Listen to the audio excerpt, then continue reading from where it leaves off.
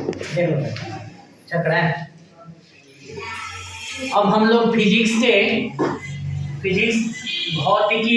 भौतिकी के लेसन हम लोग 5 के बारे में कुछ मुख्य टॉपिक जो एग्जाम में आने वाला होता है। चैप्टर का नाम है विद्युत धारा के चुंबकीय पदार्थ।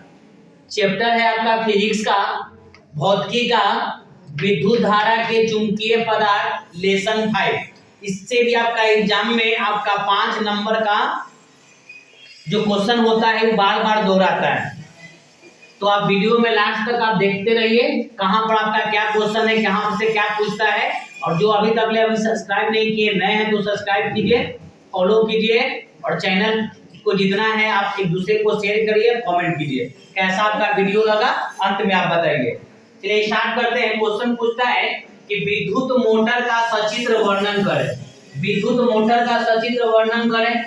तो विद्युत मोटर में देखिए ये वाला, पहले फिगर के ऊपर ध्यान देते हैं, ये वाला और ये भाग, यहाँ से यहाँ तक का जो भाग देख रहे हैं, यहाँ से यहाँ तक के भाग को हम लोग बोलते हैं आर्मेचर। जो ए से इस वाला पॉइंट को हम लोग बोलते हैं धुरी या अक्ष। ये जो दो लाइन है इसको बोलते हैं विभक्त वलय।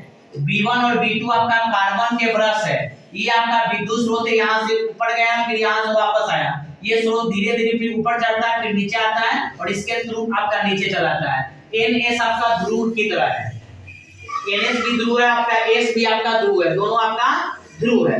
ये फिगर आपको ध्यान दीजिएगा, फिगर के बिना आपको नहीं बना सकते हैं। फिगर आपको छूट जाएगा तो 5 नंबर में आपको 3 नंबर देगा, 2 नंबर फिगर का आपका खत्म हो जाएगा।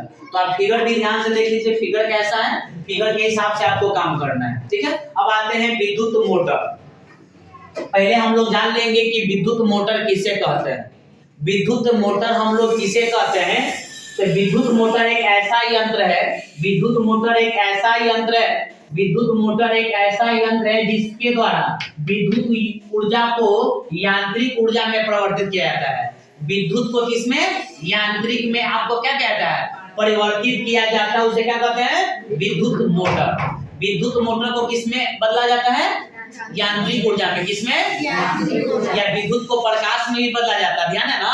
तो जो मोटर है उसके बारे में बता रहे हैं। जो विद्युत मोटर एक ऐसा यंत्र है जिसे विद्युत ऊर्जा को यांत्रिक ऊर्जा में कन्वर्ट किया जाता है, बदला जाता है, जिसको हम लोग कहते हैं विद्युत मोटर। ये तो हो गया आपका विद्युत मोटर।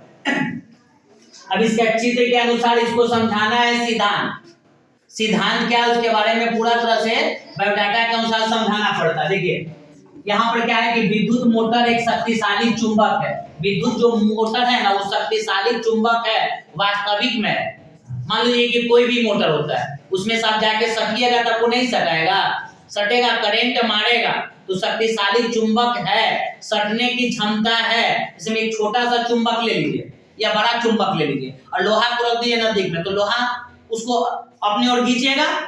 अगर छोटा लोहा रहेगा तो तुरंत चुंबक की ओर आकर्षित हो जाएगा, अगर बड़ा लोहा रहेगा तो चुंबक छोटा रहेगा तो उसके ओर आकर्षित होगा। मतलब जिसकी अगर संख्या ज्यादा रहेगा उसकी ओर क्या हो जाएगा, आकर्षित हो जाएगा। तो बोला है कि विद्युत मोटर एक शक्तिशाली चुंबक है। शक्तिशाली चुंबक है कि उसमें जाइएगा तो सट ही जाइएगा, ये 100% है। जिसके अवतल ध्रुव खंडों के बीच, देखिए यही तो अवतल ध्रुव खंड है C और D। जिसके अवतल ध्रुव खंडों के बीच तांबे की तार की एक कुंडली होते है। इन दोनों ध्रुव खंडों के बीच में एक तांबे की तार की, देखो यही कुंडली है।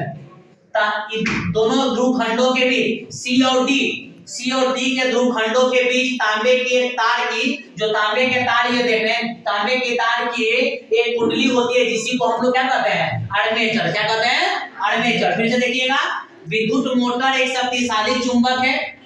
विद्युत मोटर एक शक्तिशाली चुंबक है जिसके अवतल ध्रुव खंडों के बीच C और D के बीच, अवतल ध्रुव खंडों के बीच तांबे की तार की कुंडली होती है जिसको हम लोग कहते हैं आर्मेचर।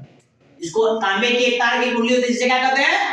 अब आर्मेचर के दोनों छोर पर देखिए, आर्मेचर के दोनों छोर पर पीतल के खंडित वलय है। देखिए आर्मेचर के दोनों छोर पर इधर भी और इधर भी वलय है, विभक्त वलय है।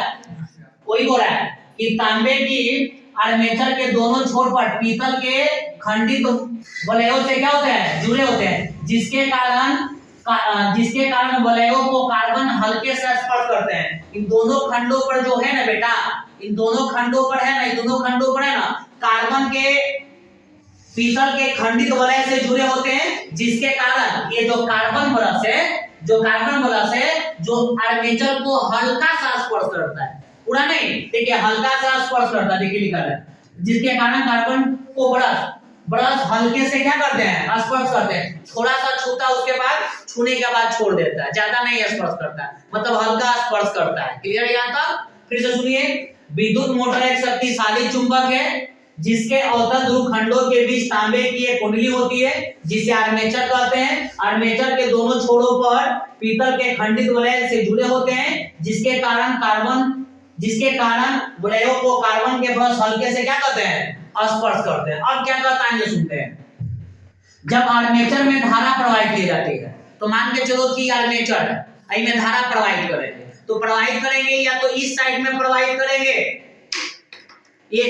ये आपका आर्मेचर है, तो या तो इस साइड में प्रवाहित करेंगे चाहे इस साइड में। अगर इस तरफ प्रवाहित करेंगे तो इस छोड़ भी जाएगा, कि छोड़ा जाएगा नहीं जाएगा, क्योंकि पीतल का इस छोर अगर प्रवाहित करेंगे तो इस छोर भी जाएगा, अगर इस छोर से प्रवाहित करेंगे तो इस छोड़ जाएगा। देखिएगा ये आर्मेचर, समझिएगा, जब आर्मेचर में धारा प्रवाहित की जाती है तब चुंबक के चुंबकीय क्षेत्र के कारण कुंडली विपरीत दिशा में बदल जाती है। जब जैसे में धारा प्रवाहित किए थे तो इधर से इधर गया था, इसकी कुंडली बदल जाती है, इधर हो जाता है।